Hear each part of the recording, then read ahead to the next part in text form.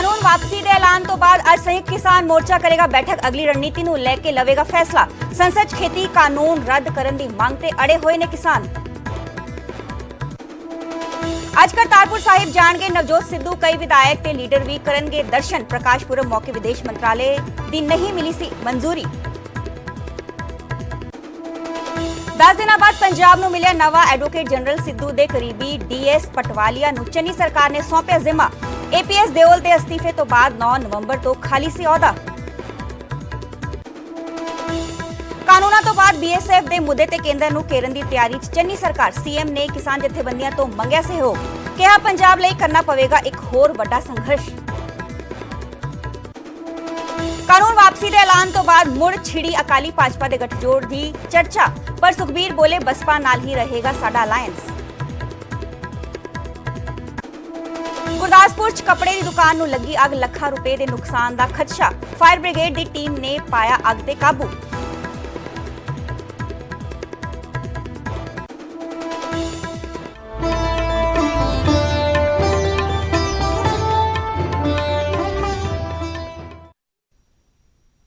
सत श्री अकाल जी, मैं हाँ सरजू कौर। न्यूज़ 18 पंजाब हरियाणा हिमाचल वेख रहे सारे दर्शकों का स्वागत है। बुलेटिन की शुरुआत करने पहली वड्डी खबर तो जो कि खेती कानून नाल जुड़ी हुई है। संयुक्त किसान मोर्चे की अहम बैठक आज होने जा रही है। अगली रणनीति घड़ेगा संयुक्त किसान मोर्चा। संसद खेती कानून रद्द करन ते अड़े होए ने किसान। पीएम ने खेती कानून रद्द करन दा कल ऐलान किया सी। गुरपुरब मौके प्रधानमंत्री ने किया सी वड्डा ऐलान। पिछले करीब 1 साल तो खेती कानूनों खिलाफ आंदोलन कर रहे किसानों के संघर्ष नूं उस वेले बूर पिया जदों पीएम मोदी ने देश में संबोधन करदिआं तीनों खेती कानून रद्द करन दा ऐलान किया सी। पीएम मोदी ने किसानों को अपील की है कि वो अपने घर वापस परतन। संसद के 29 नवंबर तो शुरू होने वाले इजलास च इन्हां खेती कानूनों को रद्द किया जाएगा। पर किसान जथेबंदियां का कहना है कि आंदोलन उस वेले वापस लिया जाएगा जदों तीनों खेती कानून संसद च रद्द होंगे।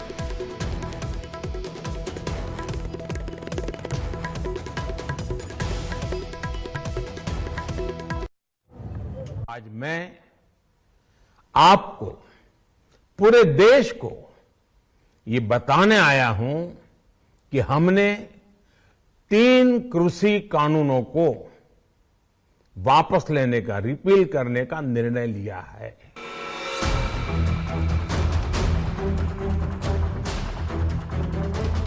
सवेरे 9 बजे प्रधानमंत्री मोदी ने देश के नाल संबोधन के दौरान जिवें ऐलान किया तो तकरीबन 1 साल तो दिल्ली दी सरहदां ते बैठे किसानों के चेहरे खिड़ गए। प्रधानमंत्री ने कहा कि खेती कानून रद्द करने की प्रक्रिया इस महीने होने वाले पार्लीमेंट के इजलास के नेपरे चाढ़ी जाएगी। इस दे नाल पीएम मोदी ने किसानों को अपील की कि गुरु नानक देव जी के प्रकाश दिहाड़े मौके वो परिवारों के नाल वापस घरां नूं परतण।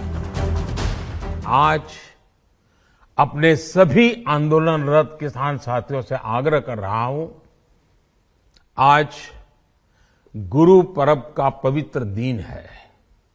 अब आप अपने अपने घर लौटे, अपने खेत में लौटे, अपने परिवार के बीच लौटे।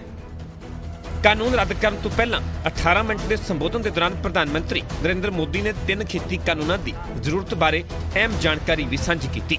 उन्होंने कहा कि गरीब किसानों की हालत सुधारने लिए कानून बनाए गए सन, जिसका पूरे देश के स्वागत होया सी, पर कुछ किसान इस तो सहमत नहीं सन। किसानों की स्थिति को सुधारने की इसी महाअभियान में देश में 3 कृषि कानून लाए गए थे। मकसद ये था कि देश के किसानों को, खासकर छोटे किसानों को और ताकत मिले। संबोधन के अखीर दे विच प्रधानमंत्री ने किसानी सुधार दे विच अहम कमेटी बनाने का भी ऐलान कर दिता। एमएसपी को और अधिक प्रभावी और पारदर्शी बनाने के लिए ऐसे सभी विषयों पर भविष्य को ध्यान में रखते हुए निर्णय लेने के लिए एक कमेटी का गठन किया जाएगा। 26 नवंबर 2020 तो किसान दिल्ली दी सरहदां ते बैठे हुए सन। 11 दौर की गलबात दे विच भी नतीजा ना निकलिया। देश की सुप्रीम अदालत तक भी मामला पहुंचा, पर 1 साल बाद केंद्र सरकार नूं कदम पिछे हटाने पे ते खेती कानूनों नूं रद्द करने का ऐलान करना पिया। Bureau report, news 18 Punjab. ਉਧਰ ਸੰਯੁਕਤ ਕਿਸਾਨ ਮੋਰਚੇ ਨੇ ਪ੍ਰਧਾਨ ਮੰਤਰੀ ਨਰਿੰਦਰ ਮੋਦੀ ਵੱਲੋਂ ਖੇਤੀ ਕਾਨੂੰਨ ਰੱਦ ਕਰਨ ਦੇ ਐਲਾਨ ਦਾ ਸਵਾਗਤ ਕੀਤਾ ਹੈ, ਪਰ ਨਾਲ ਹੀ ਅੰਦੋਲਨ ਖਤਮ ਕਰਨ ਤੋਂ ਪਹਿਲਾਂ ਸ਼ਰਤ ਰੱਖ ਦਿੱਤੀ ਹੈ।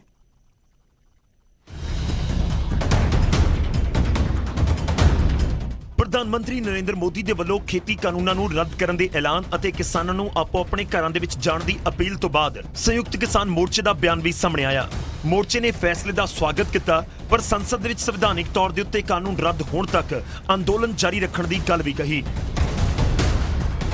ਪ੍ਰਧਾਨ ਮੰਤਰੀ ਨੇ ਜੋ ਐਲਾਨ ਕੀਤਾ ਹੈ ਉਹਦੇ ਲਈ ਉਹਨਾਂ ਦਾ ਧੰਨਵਾਦ ਵੀ ਕਰਨਾ ਬਣਦਾ ਹੈ ਤੇ ਮੈਂ ਧੰਨਵਾਦ ਕਰਦਾ, ਪਰ ਔਰ ਜਿੰਨੀ ਦੇਰ ਤੱਕ ਪਾਰਲੀਮੈਂਟ ਵਿੱਚ ਇਹ ਪਾਸ ਨਹੀਂ ਹੋ ਜਾਂਦਾ, ਉਹਨਾਂ ਨੇ ਕਿਹਾ ਅਸੀਂ ਪਾਰਲੀਮੈਂਟ 'ਚ ਪਾਸ ਕਰਾਂਗੇ, ਕਰ ਦੇਣ ਪਾਸ, ਅਸੀਂ ਧੰਨਵਾਦੀ ਹੋਵਾਂਗੇ और ਅਸੀਂ फिर पास होने तो बाद ही उठांगे। जब तक ये पार्लियामेंट में वापसी नहीं होंगे, जब तक किसान वहीं पे ही है और एमएसपी पे गारंटी कानून, क्योंकि एमएसपी पे गारंटी कानून बन जाएगा तो पूरे देश के किसानों को लाभ होगा। ये पहली बार हुआ है कि किसानों की एकता और लड़ाई के सामने इस प्रधानमंत्री जी ने अपना पश्चाताप किया है और गलती मानी है।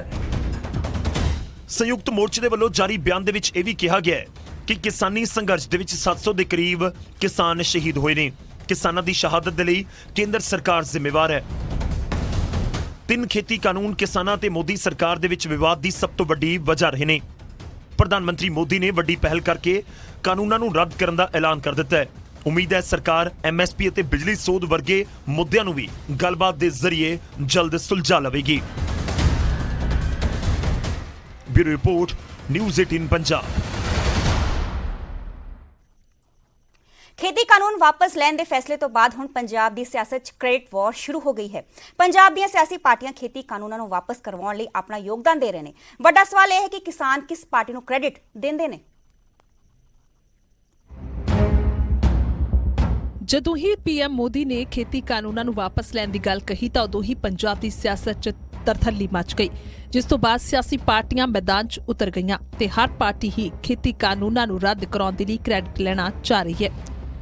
ਕਿਸਾਨਾਂ ਨੂੰ ਮੁਬਾਰਕਬਾਦ ਦੇ ਰਹੀਆਂ ਨੇ ਤੇ ਕੇਂਦਰ ਸਰਕਾਰ ਤੇ ਨਿਸ਼ਾਨੇ ਸਾਧ ਰਹੀਆਂ ਨੇ।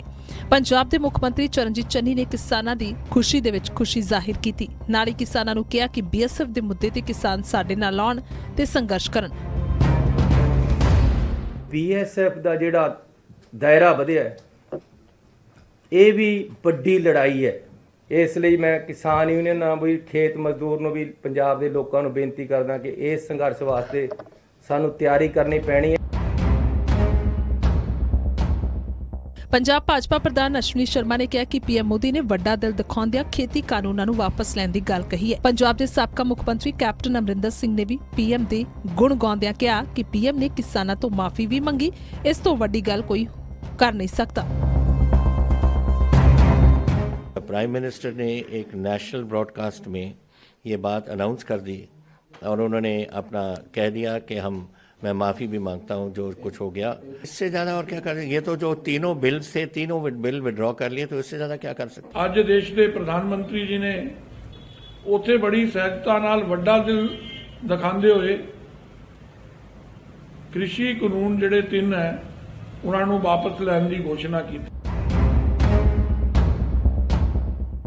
ਖੇਤੀ ਕਾਨੂੰਨਾਂ ਤੋਂ ਪਹਿਲਾਂ ਭਾਜਪਾ ਦੀ ਭਾਈਵਾਲ ਪਾਰਟੀ ਰਹੀ ਅਕਾਲੀ ਦਲ ਨੇ ਕਿਸਾਨਾਂ ਨੂੰ ਮੁਬਾਰਕਬਾਦ ਦਿੱਤੀ ਤੇ ਕਿਹਾ ਕਿ ਕੇਂਦਰ ਨੂੰ ਆਪਣੀ ਗਲਤੀ ਦਾ ਅਹਿਸਾਸ ਹੋ ਗਿਆ। ਅਕਾਲੀ ਦਲ ਨੇ ਵੀ ਖੇਤੀ ਕਾਨੂੰਨਾਂ ਲਈ ਆਪਣੀ ਕੇਂਦਰੀ ਵਜ਼ਾਰਤ ਦੀ ਕੁਰਸੀ ਤਿਆਗ ਦਿੱਤੀ ਸੀ। ਆਖਰ ਸਰਕਾਰ ਨੂੰ ਆਪਣੀ ਗਲਤੀ ਦਾ ਅਹਿਸਾਸ ਹੋਇਆ ਔਰ ਇਹ ਕਾਨੂੰਨ ਵਾਪਸ ਲੈਣੇ ਪਏ। ਮੈਂ ਇਹਦੀ ਕਿਸਾਨਾਂ ਨੂੰ ਲੱਖ ਲੱਖ ਵਧਾਈ ਦਿੰਦਾ। ਕਿਸਾਨਾਂ ਦੇ ਸੰਘਰਸ਼ ਨੂੰ ਸਫਲਤਾ ਮਿਲੀ ਤੇ ਪ੍ਰਮਾਤਮਾ ਦੀ ਬਖਸ਼ਿਸ਼ ਨਾਲ ਸਾਰੇ ਕਾਲੇ ਕਾਨੂੰਨ ਵਾਪਸ ਕੀਤੇ ਗਏ ਹੈ। ਮੈਂ ਕਹਿਣਾ ਚਾਹਣਾ ਕਿ ਇਹ ਕਿਸਾਨੀ ਦੀ ਸੰਘਰਸ਼ ਦੀ ਜਿੱਤ ਹੈ। ਉਧਰ ਆਮ ਆਦਮੀ ਪਾਰਟੀ ਨੇ ਵੀ ਇਸ ਫੈਸਲੇ ਦਾ ਸਵਾਗਤ ਕੀਤਾ। ਭਗਵੰਤ ਮਾਨ ਨੇ ਕਿਸਾਨਾਂ ਨੂੰ ਵਧਾਈ ਦਿੱਤੀ ਤੇ ਅੰਦੋਲਨ ਦੇ ਵਿੱਚ ਜਾਨ ਗਵਾਉਣ ਵਾਲੇ 700 ਕਿਸਾਨਾਂ ਨੂੰ ਸ਼ਰਧਾਂਜਲੀ ਦਿੱਤੀ। ਮੈਂ ਕਿਸਾਨ ਜਥੇਬੰਦੀਆਂ ਨੂੰ ਜਾਂ ਜਿਨ੍ਹਾਂ ਨੇ ਵੀ ਜਿਵੇਂ ਵੀ ਜਿੱਥੇ ਵੀ ਉਸ ਸੰਘਰਸ਼ ਦੇ ਵਿੱਚ ਯੋਗਦਾਨ ਪਾਇਆ, ਮੈਂ ਉਹਨਾਂ ਸਾਰਿਆਂ ਨੂੰ ਵਧਾਈ ਦੇਣੀ ਚਾਹੁੰਦਾ ਤੇ 700 ਲੋਕਾਂ ਨੂੰ ਮੈਂ ਸ਼ਰਧਾਂਜਲੀ ਦਿੰਦਾ ਕਿ ਉਹਨਾਂ ਦੀ ਕੁਰਬਾਨੀ ਜਿਹੜੀ ਹੈ ਉਹ ਅਜਾਈ ਨਹੀਂ ਗਈ। 2022 ਦੀਆਂ ਚੋਣਾਂ ਨੇੜੇ ਨੇ। ਕਿਸਾਨੀ ਮੁੱਦਾ ਚੋਣਾਂ ਦੇ ਵਿੱਚ ਅਹਿਮ ਮੰਨਿਆ ਜਾ ਰਿਹਾ ਹੈ। ਖੇਤੀ ਕਾਨੂੰਨ ਤਾਂ ਵਾਪਸ ਲੈਣ ਦਾ ਐਲਾਨ ਹੋ ਚੁੱਕਿਆ ਹੈ। ਹਰ ਪਾਰਟੀ ਕਾਨੂੰਨ ਵਾਪਸ ਕਰਾਉਣ ਦਾ ਕ੍ਰੈਡਿਟ ਲੈ ਰਹੀ ਹੈ। ਵੱਡਾ ਸਵਾਲ ਹੈ, ਕਿਸਾਨ ਖੇਤੀ ਕਾਨੂੰਨਾਂ ਦੇ ਰਿਪੀਲ ਦਾ ਕ੍ਰੈਡਿਟ ਕਿਹੜੀ ਪਾਰਟੀ ਨੂੰ ਦਿੰਦੇ ਨੇ? Bureau report, news 18 Punjab.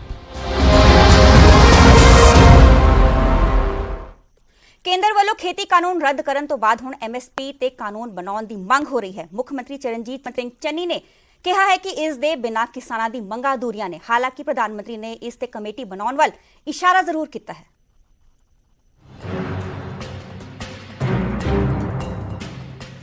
ਖੇਤੀ ਕਾਨੂੰਨਾਂ ਨੂੰ ਰੱਦ ਕਰਨ ਤੋਂ ਬਾਅਦ ਹੁਣ ਕਿਸਾਨਾਂ ਦਾ ਅਗਲਾ ਕਦਮ ਕੀ ਹੋਵੇਗਾ, ਇਸ ਤੇ ਕਿਸਾਨਾਂ ਨੇ ਆਪਣੀ ਰਣਨੀਤੀ ਸਾਫ਼ ਕਰ ਦਿੱਤੀ ਹੈ।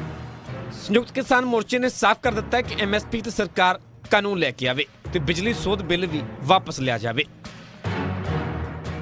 एमएसपी पे गारंटी कानून जब तक नहीं बनेगा, आधे रेट में किसानों की फसलें बिकती रहेगी।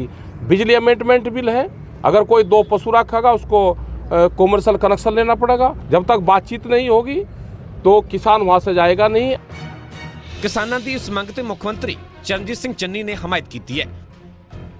उधर पंजाब कांग्रेस के प्रधान नवजोत सिंह सिद्धू ने एक कदम अगे बढ़ते हुए एमएसपी नूं खेती कानूनों तो वड्डा दस्सिया। उन्होंने कहा कि किसानों की लाइफलाइन है। जेकर केंद्र सरकार सच विच किसानों की आमदन दुगना करना चाहती है तो स्वामीनाथन कमीशन का C2 फार्मूला लागू किया जाए। एमएसपी है जिहड़ी ओदी भी सानू गारंटी चाहिए है। हुण बाई लॉ सानू एमएसपी मिलनी चाहिए है। ये भी नाल होना चाहिए जदों ये कानून रद्द करन दा कानून आना है कि भाई लागतां जिहड़ियां ने वो वध रहीआं ने, आमदन घट रही है, प्रोडक्टिविटी घट रही है। भाई थोड़ा हल्का नीचे कर लो। इस करके ये बहुत जरूरी है अज दी डेट दे विच कि असीं एक रोड मैप दईए किसानी नूं सानूं। किसानों की इस मंग ते केंद्र सरकार भी संजीदा है। प्रधान मंत्री ने खेती कानूनों नूं रद्द करन दे नाल ही एमएसपी ਅਤੇ किसानों दे नाल जुड़े होर मुद्दों ते कमेटी बनाउण दा ऐलान कीता है, जिस दे विच किसान भी शामिल होणगे। एमएसपी को और अधिक प्रभावी और पारदर्शी बनाने के लिए ऐसे सभी विषयों पर भविष्य को ध्यान में रखते हुए निर्णय लेने के लिए एक कमेटी का गठन किया जाएगा। 3 खेती कानून रद्द होने तो बाद हुण किसानां ने एमएसपी ते दबाव बनाउणा शुरू कर दिता है। पंजाब की सियासत भी हुण इस मुद्दे के आले दुआले घुम्मणी शुरू हो गई है। चंडीगढ़ तो पंकज कपाही दे नाल सुरिंदर कंबोज, न्यूज़ 18 पंजाब।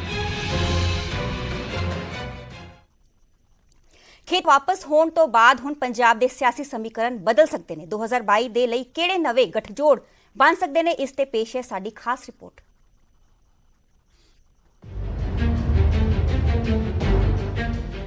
इस साल का गुरपुरब देश के लिए वड्डी सौगात लैके आया। गुरपुरब के दिन देशवासियों ते पंजाब नूं ओह तोहफा मिलिया जिसका इंतजार पिछले करीब 1.5 साल तो हो रहा सी। हुण जदों किसानां दी घर वापसी होवेगी तां पंजाब दी सियासत दे विच उथल-पुथल तां लाजमी है। सवाल ये उठ रहे हैं कि नवे समीकरण की होणगे, बीजेपी दे नाल कौन-कौन होवेगा, कि पुराने दोस्त नाल आउणगे जां फिर नवे समीकरण दे सहारे बीजेपी पंजाब दे विच वड्डा प्लेयर बनन दी कोशिश करेगी। समीकरणों दे विच जिक्र करिए तो पहला समीकरण खेती कानून वापस लैण तो बाद कि अकाली दल गिले शिकवे भुला के बीजेपी दे नाल वापस आएगा अते कि एक बार मुड़ तो एक गठजोड़ चोण समर दे विच उतरेगा। हालांकि अकाली दल के प्रधान सुखबीर सिंह बादल ने फिलहाल तो साफ कर दिता है कि बीजेपी नाल अकाली दल का गठजोड़ नहीं होवेगा।